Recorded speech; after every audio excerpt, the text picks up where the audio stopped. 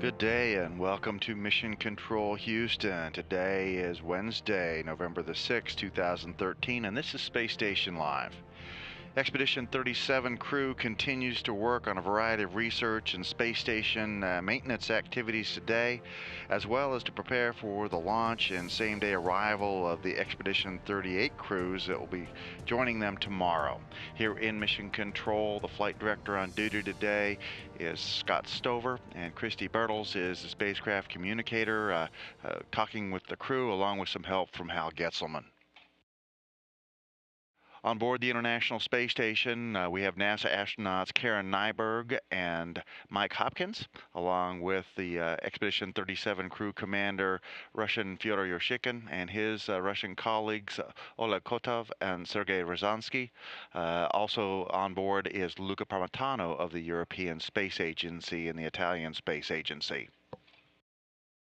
They are getting ready for the arrival tomorrow morning of NASA's Rick Mastracchio and Roscosmos's Mikhail Turin and the Japan Aerospace Exploration Agency's Koichi Wakata, who will later become the first Japanese commander of the orbiting outpost when they head up to the International Space Station and join with the existing 6 crew members to bring the total number of humans in orbit to 9 for the first time since October 2009 later tomorrow.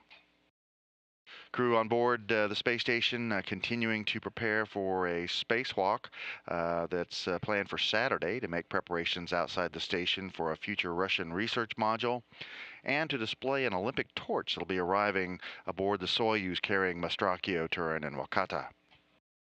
Mike Hopkins spent much of his day working on the body measurements experiment, which is aimed at collecting anthropometric data using digital still and video imagery, as well as tape measures and other devices to measure segmental length, height, depth, and circumference data for all of the body parts, both before, during, and after flight, and he did so with some help from his colleague Karen Nyberg.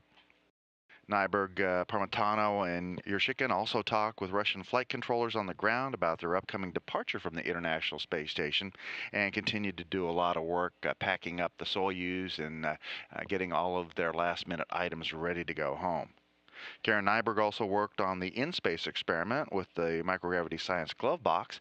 That experiment works with colloidal materials that can be affected by magnetic fields. Colloids are those types of liquids that have solids suspended within them. Parmitano also took part in the biological rhythms experiment, which studies the effect of long-term microgravity exposure on the heart and cardiac autonomic functioning. He was analyzed during a 48-hour-long electrocardiogram. Fyodor Yurshkin, Oleg Kotov, and Sergei Ryazanskiy reviewed the procedures for the arrival of the Soyuz TMA-11M carrying Mastracchio, Turin, and Wakata. And Kotov and Ryazanskiy also reviewed procedures for their spacewalk on Saturday and took a look out the windows to review their spacewalk translation paths and work zones as they get ready for that excursion. Meanwhile, in Kazakhstan, on their last day before launch, Mastracchio, Wakata, and Turin attended the Russian Crew Readiness State Commission ceremony and participated in a final press conference. They're going to be awakened about 1:45 p.m. Central Time today to begin their launch day activities, with launch scheduled for 10:14 p.m. Central Time tonight, which will actually be 10:14 a.m. Baikonur time on Thursday. We have a full set of NASA television coverage coming up today and tomorrow for that launch. Launch coverage begins at 9:15 p.m. and a launch, of course, expected at 10:14 p.m. On Thursday at 3:45 a.m. we'll begin our Soyuz docking coverage with docking planned at 4:31 a.m.